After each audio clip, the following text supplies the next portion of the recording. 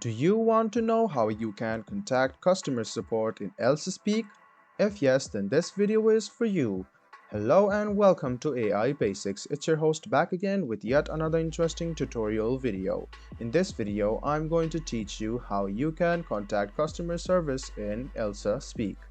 Go ahead and open your Chrome or Edge browser, go to ELSA Speak, log into your account, and if you go ahead and scroll down, you can see the contact us in the customer help section.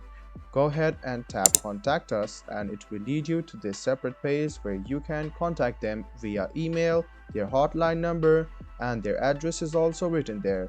And if you want extra customer care, go ahead and write down your name, your phone number, your email address which is registered with ELSA Speak, the message you want to convey, and you can click on I'm teacher or manager for school if you are one, and then click submit. Shortly after, ELSA Speak might get in contact with you and your problems might be solved. So this is the way how you contact customer support in ELSA Speak.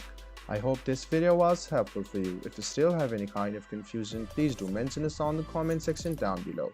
Like the video, subscribe to the channel, and do hit the bell button for more. Hope to see you in the next video as well. Until then, goodbye, take care, and make sure you enjoy.